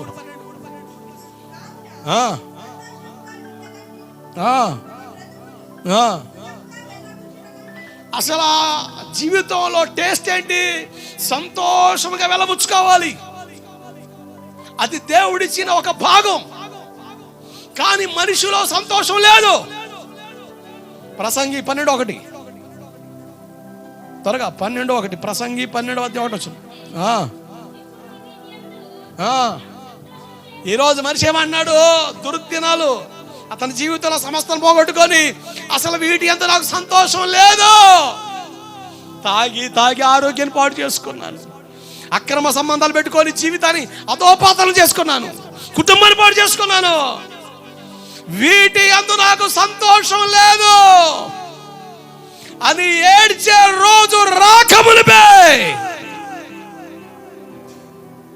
మరి అసలైన ఆనందం ఎక్కడ ఉంది? అసలైన సంతోషం ఏడుంది? ఎక్కడ పొందుకోగలం ఆనందాన్ని? చూడండి, కీర్తన పుస్తకం 5:11. కీర్తనలు 5:11 త్వరగా చదవండి ఒకసారి. నిన్ను ఆశ్రయించు వారందరూ సంతోషిస్తారు. అలాగే కీర్తనలు 4:7. కీర్తనలు 4:7.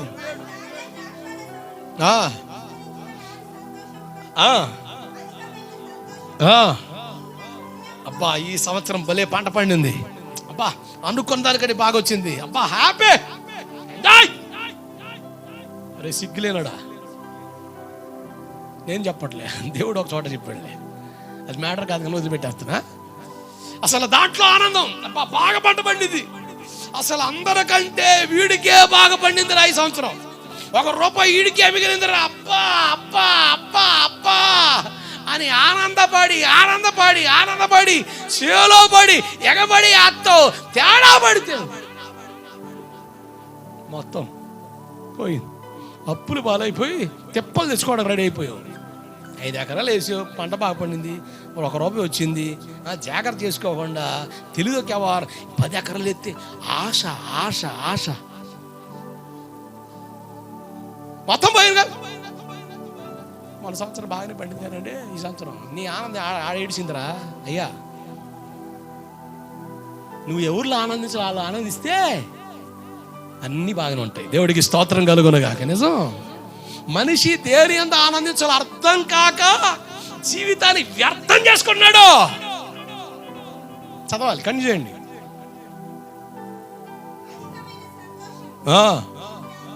అది లెక్క. అధికమైన సంతోషం నువ్వు నాకు పండిన పంట ద్వారా వచ్చిన రాబడి కాదు, నేను సమకూర్చుకున్న ధాన్య ద్రాక్షరసం వల్ల కాదు. నీవు నా హృదయంలో అధిక సంతోషము కలగజేసేవాడవు. గట్టిగా చప్పలు కొడుతూ హల్లెలూయా. అసలు మ్యాటర్ అర్థం కావట్లేదు నీకు. దాంట్లో ఆనందం లేదు. ఈ రోజు తిరేపోద్ది.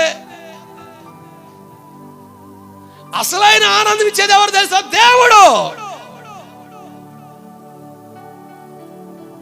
మనం చదివాం, ఆయన ఆశ్రయించిన వారు సంతోషభరితులు అవుతారని. నువ్వు ఎవరిని ఆశ్రయించినా నీకు కీడే, నష్టమే, బాధే, దుఃఖమే. ఎవరు నమ్మినా నట్లేట్ల ముంచుతారు. కానీ దేవుని ఆశ్రయిస్తే దేవుడు సంతోషాన్ని కలిగిస్తాడు. ఇవి ఎలా సంపాదించుకోగలవు? ఎక్కడి నుంచి వస్తాయి నీకు? కీర్తనలు 16:11 ఒక అద్భుతమైన మాట ఉంది బైబిల్లో. కీర్తనలు 16:11 జీవ మార్గములు నీ సన్నిధిని గట్టిగా చప్పలు కొడుతూ స్తోత్రం చెప్తారా? హల్లెలూయా. 10 మంది చప్పట కొట్టలేకపోతున్నారు. ఏందో మరి కొట్టను గడిగా. హల్లెలూయా. ఆయన సన్నిధిలో సంపూర్ణ సంతోషం. ఆఫ్ సంతోషం కాదు. తాగిన తర్వాత భలే హుషారుగా ఉంటాడు మా వాడు. కోతవతారం ఎత్తాడు. అసలు చూసుకో ఎంత అసలు నోట్లో 4 లేనట్టుకుంటే వీడు నాగానే ఉల్లాసం, ఉత్సాహం, ఉత్తేజం. అబ్బా ఓ అసలు మామూలుగా ఉండదు మనిషికి. దిగ్గానే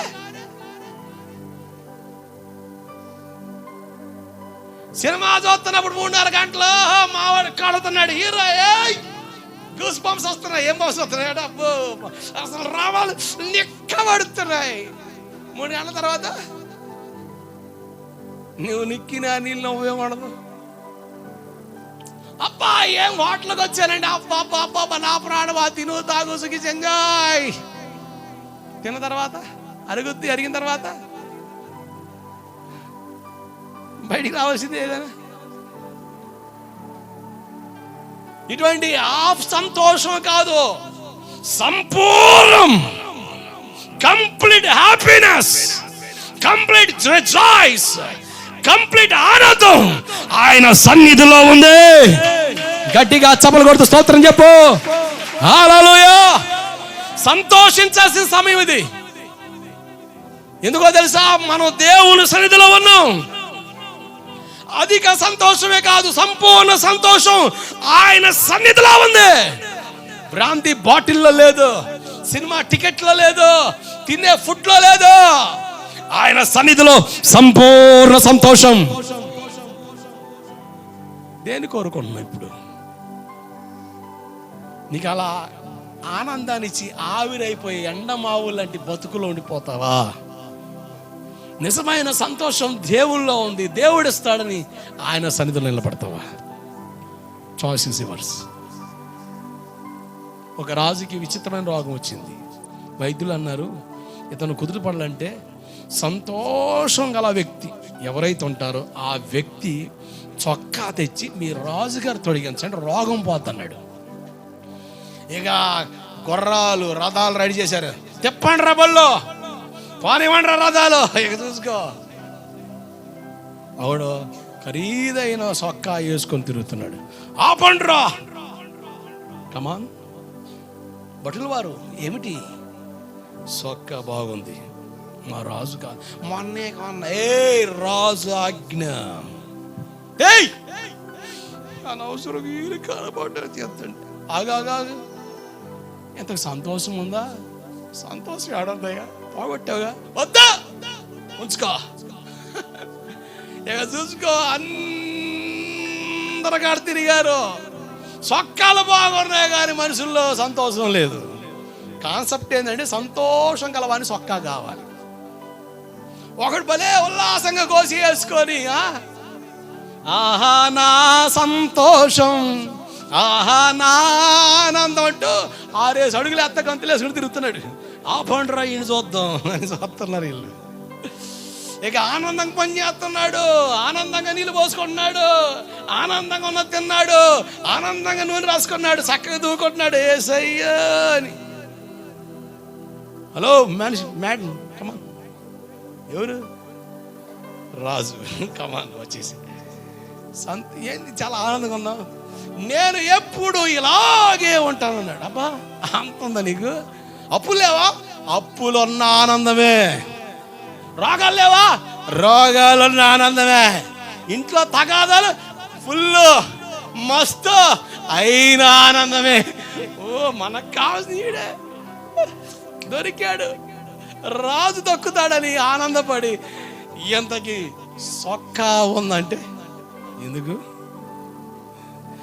నాకు ఎన్ని ఉన్నా కూడా నా కాళ్ళు లేని అది ఒకటి అన్నాడట. దరిద్రం, అన్నీ ఉన్నాయి కానీ ఇడికేం లేదట. సొక్కా లేకపోతే ఆనందమేనా? ఆనందమే. ఎంత ఆనందం అన్ను తెచ్చిందిరా నీకు? నేను యేసు బిడ్డను. హల్లెలూయా. ఎవరు బిడ్డట? నేను చెప్పమండి. యేసు ప్రభు నమ్ముకున్నాను కానీ ఆడే నీకు వాక్యం అర్థం కాలేదమ్మా. ఇంకా నీ బలుపు ఎలగలే, నీ దీపం వెలిగించేవాడు ఆయనే. ఎంత నూనె పోతాను ఎలగట్లే అంటే కత్తిరింపు ఉండాలా. మొత్తానికి ఒత్తు తేడాగా ఉంది, కత్తిరించి వెలిగిస్తేగా వెలుగుద్దేమో. ఎంత దారుణం అండి. సంతోషం గల మనసును దేవుడు మనకిస్తాడు. ఆమేన్. బయటికి సంతోషం కనబడ్డ లోపల తీరని దుఃఖం, అది మనసును నలిగా చేస్తుంది. మానసిక రోగులుగా చూడండి, దిగాలుగా ఉంటున్నారు మనుషులు. అసలు ఆ ముఖంలో ఏదో నూనె పోతే కూడా అసలు పారడానికి అంతగా ఏదో మసిపూసిన మారిన మొగలు. ఏం లేదండి, ఏం బతుకిది, ఏం చేస్తాం? బతుకు జీవుడా అంట, బతుకు బస్ స్టాండ్ అయిపోయింది, లాక్కుని పోవడమే. అరే సంతోషం లేదా? వాళ్ళు ఎప్పుడు చూసినా పేల లేపుతాను ఉంటాయి మొఖాలు. ఇక గుడ్డు పగలు కొట్టి పెడితే ఆమ్లెట్ అయిపోద్ది సిస్టర్. ఇక గ్యాస్తో పని లేదు, పొయ్యితో కూడా పని లేదు. భలే విచిత్రం. ఒక మాట ఉంది, వైద్యులు అంటారు, ఈరోజు చాలామంది అసలు కోపంగా, చికాగ్గా, విసుగ్గా, అసలు ప్రాణమంతా ఆయాసకరంగా, కోపం 10 వ్యాధులు తెచ్చి పెడితే చిరునవ్వు చెప్పండి చెప్పలేకపోతున్నారే. మాకు అది లేదు కదా. కోపం 10 రకాల వ్యాధులు తెస్తుందట, నవ్వు చెప్పండి 1000 వ్యాధులను. ఇంకా టాబ్లెట్తో పని లేదుగా కొన్నిటికి. అసలు అంత ఆరోగ్యం వస్తే ఈరోజు చాలామంది చాలా బాధాకరమైన పరిస్థితులు. మనం నేర్చుకోవాల్సిన దాంట్లో ఒకటి అద్భుతమైన అనుభవం ఏంటంటే, ఏం నేర్చుకోవాలట? నవ్వడం నేర్చుకోండి. ఏడవడం మనతో ఉన్న వాళ్ళు మనకు నేర్పుతారు. ఏడవడం మీ ఆడవాళ్ళు నేర్పుద్ది, మీ ఆయన నేర్పుతాడు, పిల్లలు నేర్పుతారు. కానీ ఏం నేర్చుకోవాలా? నవ్వడం నేర్చుకోవాలి. అలాగని తిక్కల దానిలో నవ్వక పిచ్చాది పడిపోతారు. అర్థమైందా? నవ్వు 4 రకాల చేయటని, 44 కోణంలో ఉపయోగమైన నవ్వు 4 చేయటని మాట పెద్దలన్న మాట ఊరకనలే. ఈ విచిత్రంగా ఎప్పుడు ఎలా పడలే నవ్వడి. ఏంది, ఎందుకు నవ్వుతున్నావు? పిచ్చేమని పట్టిందా? ఎప్పుడు నవ్వాలా అప్పుడు నవ్వాలా. ఈ మధ్యన నవ్వు లాఫింగ్ గ్యాస్ పెట్టాడు. ఏం పెట్టాడు దేవుడు? ఏం గ్యాస్? గోబర్ గ్యాస్ కాదమ్మా, మానవ గ్యాస్ కాదు, లాఫింగ్ గ్యాస్. నవ్వకపోవడం కూడా ఒక రోగం అట. ఏంది మా ఊళ్ళు విచ్చింది? కొంచెం స్మైల్ అమ్మా, దేవుడికి స్తోత్రం. ఏదో మరి ఏది నాకు ఆన్ చేస్తున్నా, మానసిక రోగిలా చూడక దేవుడికి స్తోత్రం కలుగును కాక. నవ్వకపోవడం కూడా రోగమే. అందుకని నేను భీమవరంలో సేవ చేసేటప్పుడు కాలేజీలో మా కాలేజీలో వాకింగ్ చెప్పి ఆ రాత్రి ఆడే స్టే అయ్యా. వాళ్ళు టెర్రస్ మీద తీసుకెళ్ళారు. అది లోదరన్ కాలేజ్, గ్రౌండ్ ఉంది. అసలు బాగా అలిసిపోయి బాగా నిద్రపోతే ఎండ పడతా ఉంది.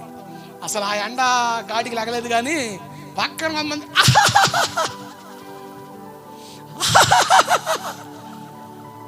వాళ్ళు నవ్వడం, చుట్టూ కూర్చొని నిలబడి అరే అంత కష్టం ఎందుకురా అంటే, నవ్వపోవడం కూడా ఒక రోగం అట.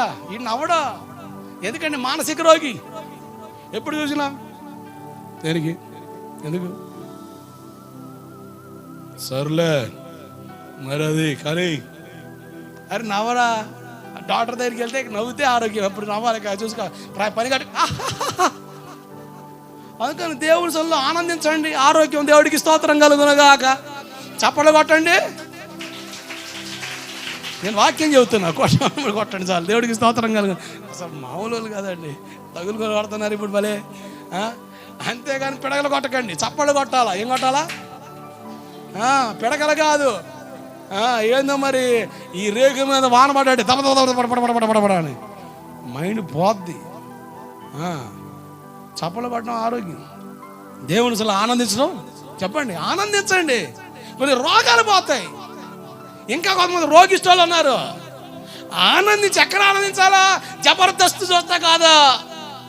అయ్యో జబర్దస్త్ వాక్యం చెబుతున్నావు అంతే. ఈ పిల్ల నవ్వుద్ది అలాగా ఎండవరా. మరి అది ఇంటికి పోయి బైబిల్ పక్కన వేసి టీవీ పెట్టి నవ్వుతారు. వీపు విమానం మోగెత్తాడు. ఎవరు? ఈ డోలికి వీపు విమానం మోగెత్తాడు. ఎందుకు? ఏడనవ్వాలి నువ్వు? దేవుని సల్ల ఆనందించావు. ఆనందం పూసిన ఫేస్ పెట్టుకొని కూర్చుంటావు, ఆనందించావు, నిగుసుకొని ఉంటావు. ఊరు పొమ్మది కాడు రమ్మన్నట్టుగా పనికి మాతలా పనికి మా ముచ్చట్లు నవ్వుతావా? ఎవరైనా ఆనందించాలా? ఇర్మియా 6:10 అంటాడు, వాళ్ళు వాక్యమందు సంతోషం లేని వారు దాన్ని తృణీకరించారు. దేవుని వాక్యంలో ఆనందిస్తే, దేవుని వాక్యం నీవు అర్థం చేసుకుంటే నీకు ఆరోగ్యం. ఎక్కడోళ్ళ నమ్మని నేను అట్లే, కానీ వాక్యం నువ్వు అర్థం చేసుకుంటే ఆనందిస్తా. వాక్యాన్ని ఆస్వాదించాలి. అది మనకు ఆరోగ్యం, అది మనకు బలం. బైబిల్ ఇంకో మాట ఉంది, ఆ మాట చూపు ముగిస్తా. నిర్గమాకాండం 23:25 త్వరగా. నిర్గమ 23:25 త్వరగా చదవాలి కొన్ని విషయాలు.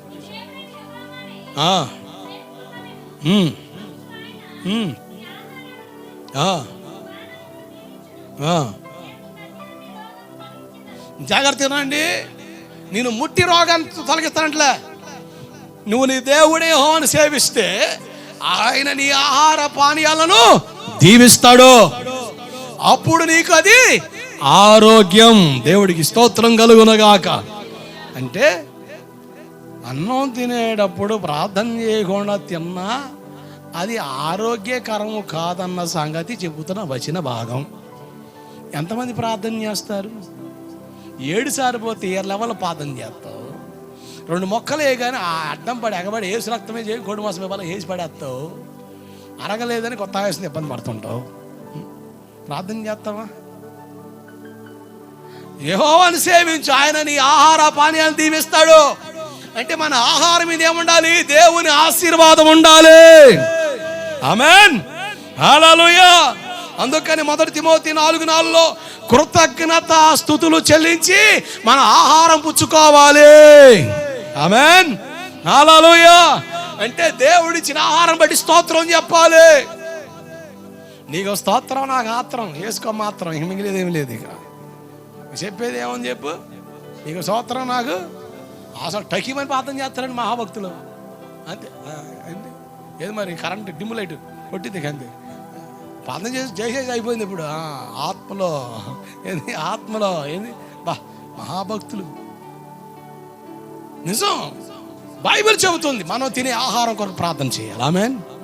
అదే కదా బైబిల్ చెబుతుంది. సేవించు, ఆయనని పానీయ ఆహారాన్ని ఆశీర్వదిస్తాడు. మీ మధ్యలో రోగం లేకుండా, అంటే నువ్వు తినే ఆహారం బట్టి రోగం వస్తుంది.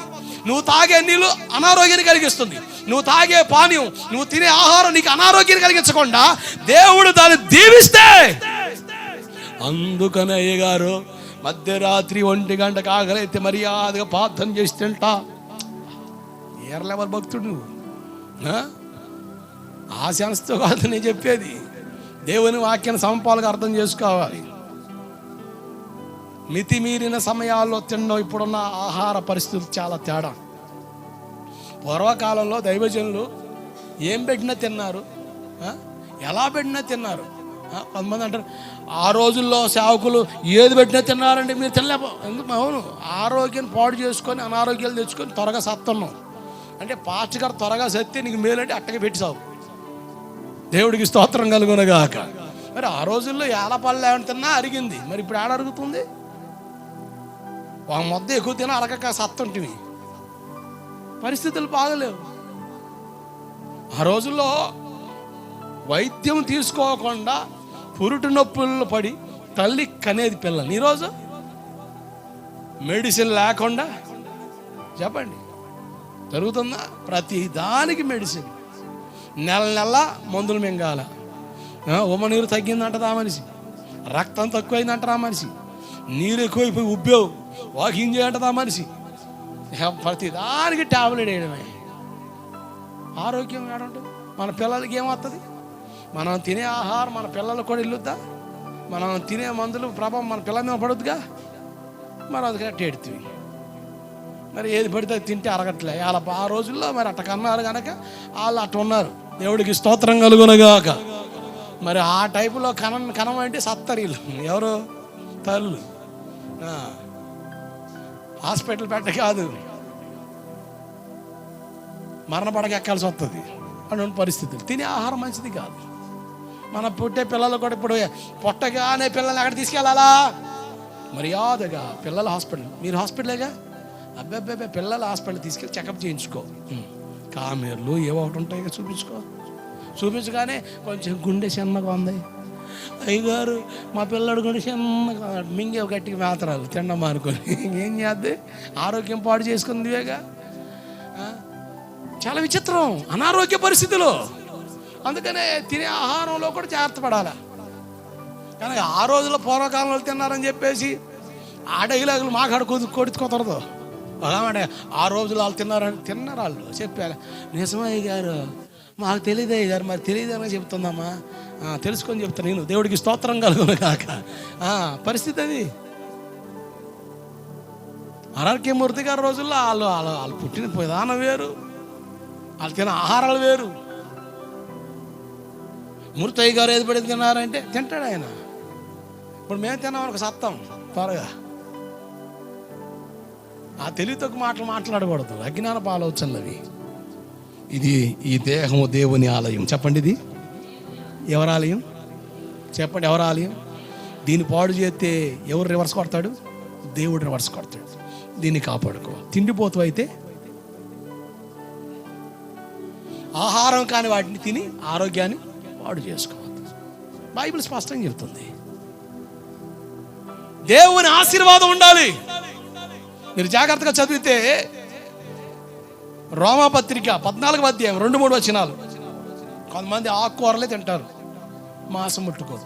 సంతోషం, దేవుడికి స్తోత్రం. అలానే మాంసం తినే వాళ్ళు మనం వ్యతిరేకించకూడదు. అలాగని ఏది పడితే తిన్నా కూడా తేడా పడతాం. మాంసం అధిక తినడం వల్ల కూడా బైబిల్ ఒక విషయం ఉంది. ఇశ్రాయేల్లో మాంసప్రియులయ్యారు. మాంసం తినడం వల్ల శరీరంలో తుచ్చమైన కోరికలు అధికమవుతాయి. మాంసం ఎక్కువ తింటే మీరేమనుకో మాట అంటా, మరి మదం అంటారు చూసారా? కామ, క్రోధ, మద, మత్సర్యములు, ఇవన్నీ ఇచ్చ. దీన్ని బాగా పోషించి నీ మాట ఎందో, దీని మాట నువ్వు వినాలా. ఇది ఎందో కనుక లిమిట్ మితిమీరి తినడం వల్ల ఈ దేహాన్ని అధికంగా పోషిస్తే ఇది నీ మాట ఎందో. అందుకని నీ శరీరం నలగొట్టబడాలని బైబిల్ చెబుతుంది. దేవుడికి స్తోత్రం కలుగునగాక. హల్లెలూయా. 2-3 వచనాలు 14 రోమాపత్రిక 6వ వచనం అంటే కృతజ్ఞత స్తుతులు చెల్లించి మనం తినాలి. ఆమేన్. కీర్తనలు 22-29 చదవండి మాట త్వరగా. కీర్తనలు 22-29. వర్ధిల్లుచున్న వారందరూ అంటే అర్థం ఏంటి? భూమి మీద వర్ధిల్లే వాళ్ళకుండే ఒక అద్భుతమైన అలవాటు తెలుసా? ఆహార పానీయముల కొరకు దేవునికి నమస్కారం చేస్తారు. ఆమేన్. నువ్వు వర్ధిల్లాలన్నా కూడా నీ ఆహారం కొరకు ఏం చేయాలా? అడ్డం పడి మింగావనుకో, ఒకడు ఆహారం మింగుచున్నట్లుగా మనుషులు మింగుచున్నాడన్న మాట బైబిల్లో ఉంది. నువ్వు వర్ధిల్లాలన్నా నీ ఆహార పదార్థాల కొరకు దేవానికి స్తోత్రం. భూమి మీద వర్ధిల్లుచున్న వారందరూ వారి ఆహార పదార్థాల కొరకు నమస్కారం చేస్తారు. దేవుడిచ్చిన దాన్ని బట్టి దేవునికి దండం పెట్టాలా. ఇది నా కష్టం, ఇది నా ఆస్తి, ఇది నాది. సరే, ఎంత తింటావు తిను. వర్ధిల్లడానికి కూడా ఒక విలువైన మార్గాన్ని చెబుతున్నాడు. అటువంటి వాళ్ళు ఏం చేస్తారంటే దేవునికి స్తోత్రం చెబుతారు. ప్రసంగి 5:19 త్వరగా 2 వచనాలు చెప్పి ముగిస్తా. ప్రసంగి 5:19 అలాగే ప్రసంగి 2:25 వినాలి జాగ్రత్త. ఒకనికి ఇచ్చి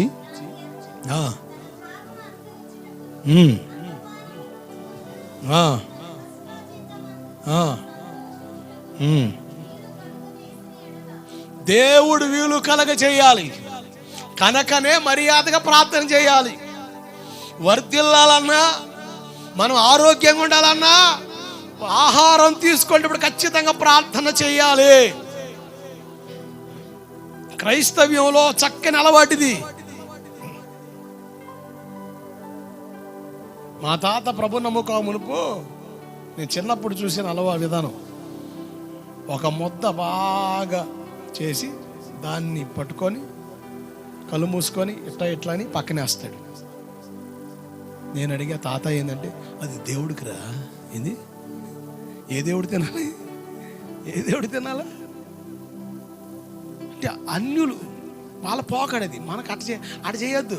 కొంతమంది ఏదో ఇలా తీసుకొని అసలు ఏదో బల్లారదాన కొడి దరిద్రం పోవట్లే. అమ్మ ఇట్టానకమ్మ నీకు దండం పెడతావు, అమ్మ వందనాలు. ఈ పని హిమాల అలవాట్లు పోవట్లే.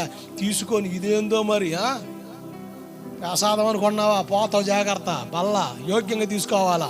దిక్కుమాల అలవాట్లు చేయకండి. కొంతమంది చూస్తున్నాను, నిజమండి, మన వాళ్ళు కొంతమంది ఉన్నారు. మానుకుంటే స్తోత్రం, మానుకోలేవు నీ దరిద్రం, పోతావు. చెప్పడం నా ధర్మం. ఎన్నావా? అది విచిత్రం. కొంతమంది తీసుకొని తిన పాతం చేయడం రాదా? సిగ్గులేదు. ఎన్ని సంవత్సరాలు పాతం వస్తున్నావు నువ్వు? అసలు అన్నం కాడ ప్రార్థన చేయడం రాదా నీకు? పెద్ద ముసుగు వేసి పెద్ద బైబిల్ పెట్టి పెద్ద మొగలెత్తి ఏ లెవెల్లో నెట్టుకొని పాతన వస్తుంది. మరి అరే చర్చికి వచ్చి 2 సంవత్సరాలు ప్రార్థన చేయడం రాదా? అన్నం తినే కాడ ప్రార్థన చేయడం రాదా? సిగ్గు చేయటండి, సిగ్గు తెచ్చుకోండి. ఏది ఎడ తీసుకొని ఎట్టండి ఏంది నాకు అర్థం కాదు. లేకపోతే ఎట్టండి ఇది యాక్షన్, అంత ఓవర్ యాక్షన్ వద్దమ్మా. 2 మొక్కలు ప్రార్థన చేయి దయచేసి.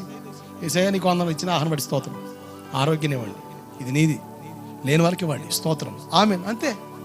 వారు ప్రార్థన చేస్తారు, అయ్యా ఈ పంట పండించడం దీవించనుకో ఇంకేలేదు. ఏ కలవాలి కుక్కలు తిని శుభ్రంగా డేక్ష పోరలించి పోతాయి, సరిపోతుంది మన బతుకి.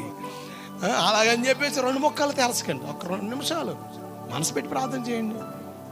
ఆరోగ్యం, ఆశీర్వాదం, దీవెన. దేవుడు చెప్తున్నాడు, ఆయన సెలవు లేకుండా అన్నపానములు తీసుకొని సంతోషించుట ఎవరికి సాధ్యం? దేవుడిని నీ ఆహారాన్ని ఆశీర్వదిస్తే నరుగుద్ది, లేదనుకో కక్కేయడమే, అడగదు, రోగాలు పాలవడం, విషంగా మారిపోద్ది. దేవుని సెలవు లేకుండా ఒకడు తిని సంతోషించడం ఎవరికి సాధ్యం? ఎంత అద్భుతమైన మాటలు బైబిల్లో ఉన్నాయి. ఇవన్నీ మన కొరకే. ఇంతటితో ముగిస్తున్నాను ఈ విషయాల్ని. మన శరీరం బలహీనం, మనం తీసుకునే ఆహారం సరైనది కాదు కనుక ఇది దేవుని ఆలయం అని మర్చిపోక. ఏంది ఇది? నేను ఎట్టగే తింటా, పందిలాగా తింటా. ఏంది ఎటబెట్టి తిన్నావు అనుకో, పందిలాగా అందు చేసేది ఏం లేదేక. ఈ డైలాగులు వద్దమ్మా.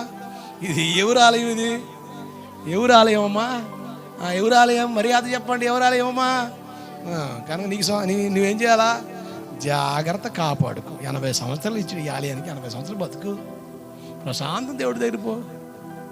భక్తులు తమ కాలంలో దేవుని చేరుకున్నారని బైబిల్ చెబుతుంది. అకాల మరణాలు ఎంత కీడుతో కూడిన విషయాలు ఇవి, మనం చేతులారా పాడు చేసుకున్న విషయాలు. కనుక ఆరోగ్యాన్ని కాపాడుకుందాం. దేవుని శక్తి మనకు తోడగును గాక.